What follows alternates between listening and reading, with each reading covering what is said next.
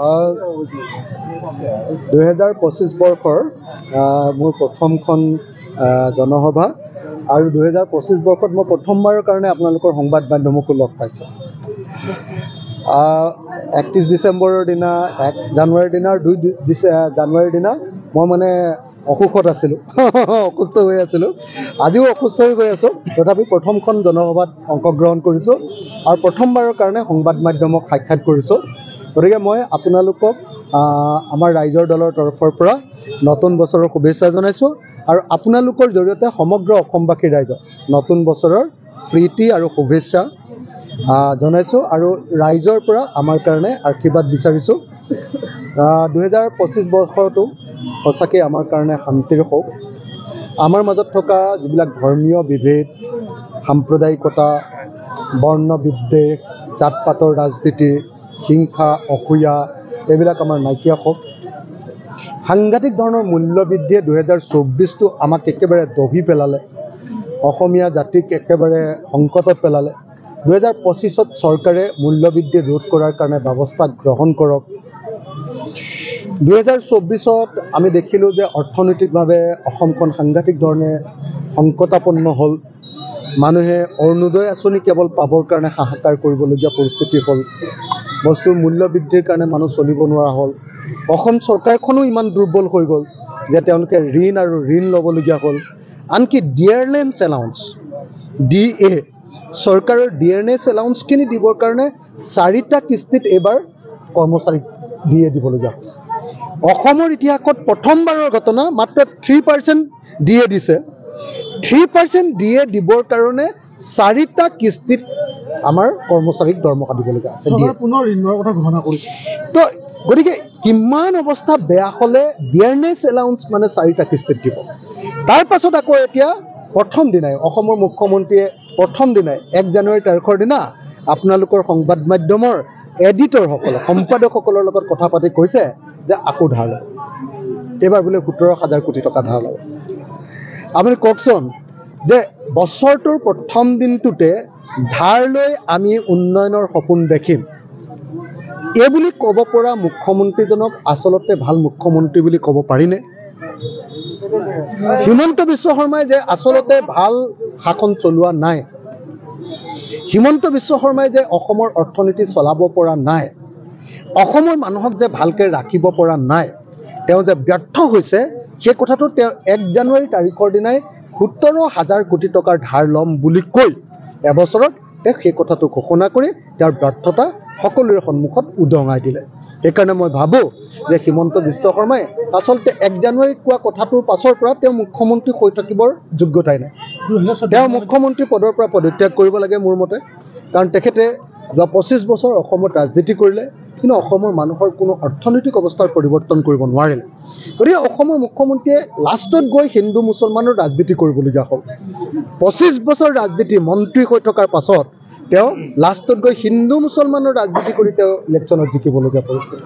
গতিকে মই ভাবোঁ যে এজন মুখ্যমন্ত্ৰীৰ কাৰণে এইটো এটা অত্যন্ত নিৰ্লজ্জ ঘটনা, আৰু সেইকাৰণে অসমৰ মুখ্যমন্ত্ৰীক যদি সঁচাকৈ সন্মান আছে, তেওঁ 2025 চনৰ এই পহিলা মাহটোতে তেওঁক আচলতে মুখ্যমন্ত্ৰীৰ পদ্ম ইস্তফা দিবৰ কাৰণে 2014 চনলৈকে তেওঁ আচলতে ইতিমধ্যে ৰাজ্যক ঋণমুক্ত কৰা বুলি ঘোষণা কৰিছে। তেওঁ সিদিনা মানে সাংবাদিকৰ লগত হোৱা যিটো মিটিং মানে মই সেইকাৰণে কওঁ যে আমাৰ মুখ্যমন্ত্ৰীয়ে নকয় কি ছাগলীয়ে নেখায় কি,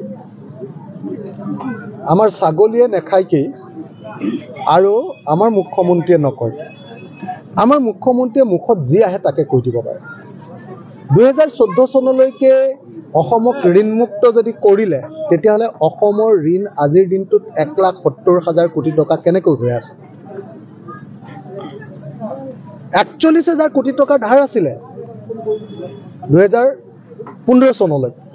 সেই 41,000 কোটি টকাৰ ধাৰ মাৰি দিয়া হ'লে আজিৰ দিনটোত অসমৰ ধাৰ 1,70,000 কোটি টকা নহয়। আমাৰ মুখ্যমন্ত্ৰী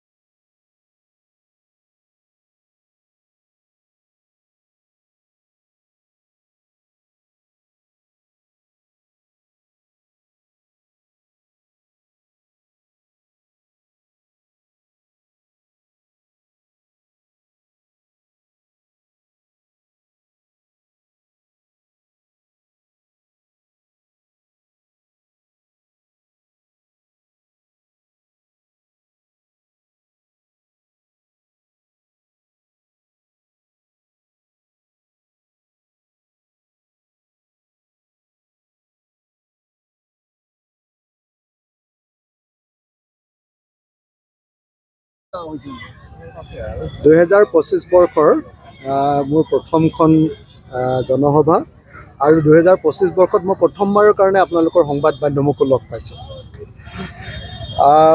31 ডিচেম্বৰৰ দিনা, 1 জানুৱাৰীৰ দিনা আৰু 2 জানুৱাৰীৰ দিনা মই মানে অসুখত আছিলোঁ, অসুস্থ হৈ আছিলোঁ। আজিও অসুস্থ হৈ আছোঁ, তথাপি প্ৰথমখন জনসভাত অংশগ্ৰহণ কৰিছোঁ আৰু প্ৰথমবাৰৰ কাৰণে সংবাদ মাধ্যমক সাক্ষাৎ কৰিছোঁ। গতিকে মই আপোনালোকক আমাৰ ৰাইজৰ দলৰ তৰফৰ পৰা নতুন বছৰৰ শুভেচ্ছা জনাইছোঁ আৰু আপোনালোকৰ জৰিয়তে সমগ্ৰ অসমবাসী ৰাইজক নতুন বছৰৰ প্ৰীতি আৰু শুভেচ্ছা জনাইছোঁ আৰু ৰাইজৰ পৰা আমাৰ কাৰণে আশীৰ্বাদ বিচাৰিছোঁ। 2025 বৰ্ষটো সঁচাকৈ আমাৰ কাৰণে শান্তিৰ হওক। আমাৰ মাজত থকা যিবিলাক ধৰ্মীয় বিভেদ, সাম্প্ৰদায়িকতা, বৰ্ণ বিদ্বেষ, জাত পাতৰ ৰাজনীতি, হিংসা, অসূয়া এইবিলাক আমাৰ নাইকিয়া হওক। সাংঘাতিক ধৰণৰ মূল্যবৃদ্ধিয়ে 2024টো আমাক একেবাৰে দহি পেলালে, অসমীয়া জাতিক একেবাৰে সংকটত পেলালে। 2025ত চৰকাৰে মূল্যবৃদ্ধি ৰোধ কৰাৰ কাৰণে ব্যৱস্থা গ্ৰহণ কৰক। 2024ত আমি দেখিলোঁ যে অৰ্থনৈতিকভাৱে অসমখন সাংঘাতিক ধৰণে সংকটাপন্ন হ'ল। মানুহে অৰুণোদয় আঁচনি কেৱল পাবৰ কাৰণে হাহাকাৰ কৰিবলগীয়া পৰিস্থিতি হ'ল। বস্তুৰ মূল্য বৃদ্ধিৰ কাৰণে মানুহ চলিব নোৱাৰা হ'ল। অসম চৰকাৰখনো ইমান দুৰ্বল হৈ গ'ল যে তেওঁলোকে ঋণ ল'বলগীয়া হ'ল।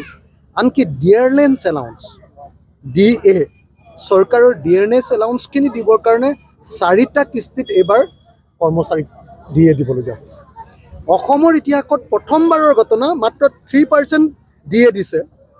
3% DA দিবৰ কাৰণে 4টা কিস্তিত আমাৰ কৰ্মচাৰীক দৰমহা দিবলগীয়া হৈছে। চৰকাৰে পুনৰ ঋণ লোৱাৰ কথা ঘোষণা কৰিছে। তো গতিকে কিমান অৱস্থা বেয়া হ'লে ডিয়াৰনেছ এলাউন্স মানে 4টা কিস্তিত দিব। তাৰ পাছত আকৌ এতিয়া প্ৰথম দিনাই অসমৰ মুখ্যমন্ত্ৰীয়ে প্ৰথম দিনাই 1 জানুৱাৰী তাৰিখৰ দিনা আপোনালোকৰ সংবাদ মাধ্যমৰ এডিটৰসকলে, সম্পাদকসকলৰ লগত কথা পাতি কৈছে যে আকৌ ধাৰ ল'ব। এইবাৰ বোলে 17,000 কোটি টকা ধাৰ ল'ব। আপুনি কওকচোন যে বছৰটোৰ প্ৰথম দিনটোতে ধাৰ লৈ আমি উন্নয়নৰ সপোন দেখিম, এই বুলি ক'ব পৰা মুখ্যমন্ত্ৰীজনক আচলতে ভাল মুখ্যমন্ত্ৰী বুলি ক'ব পাৰিনে?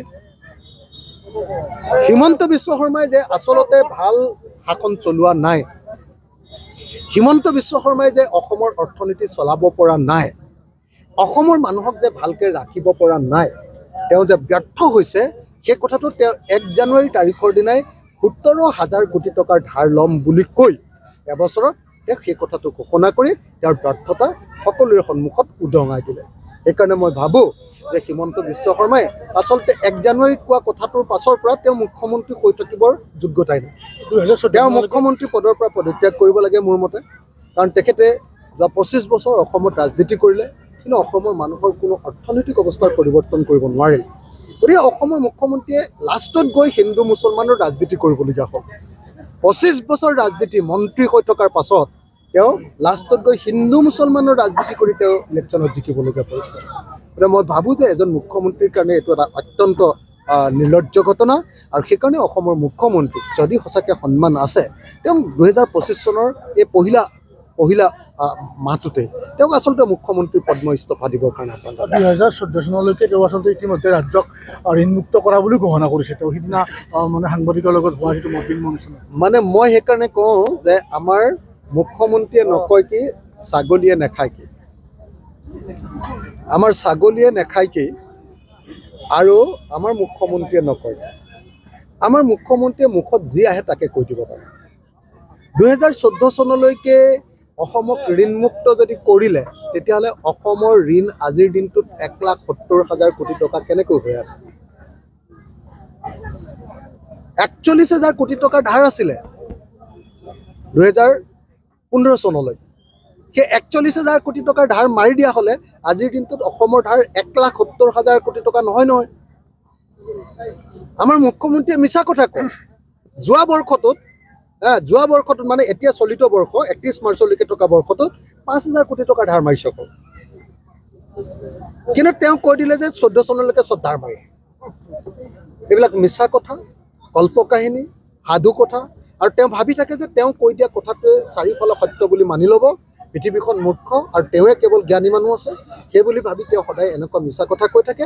অসমৰ মুখ্যমন্ত্ৰীয়ে মই সঁচাকৈ উন্নয়নৰ কামত হাত দিবলৈ আহ্বান জনাইছোঁ আৰু এনেকুৱা ধৰণৰ বাৰে বছৰবোৰ ২ নম্বৰী কথা কোৱাটো বন্ধ কৰিবলৈ খাৰগুলিত যথেষ্ট দুখজনক অৱস্থাৰ সৃষ্টি হ'ল। হিমন্ত বিশ্ব শৰ্মাই মানে এই পানীৰ কোম্পানীবিলাকৰ পৰা কমিশ্যন খোৱাৰ কাৰণে আমাৰ পানীৰ গোটেই প্ৰজেক্টকেইটা খুব দেউলীয়া হৈ গ'ল, খুব লাহে লাহে হ'ল, এটাও প্ৰজেক্ট ভালকৈ নহ'ল আৰু চববিলাকত কেলেংকাৰী হৈ চব পাইপবিলাক বছৰেকত 3বাৰ 4বাৰ ফুটি থাকে।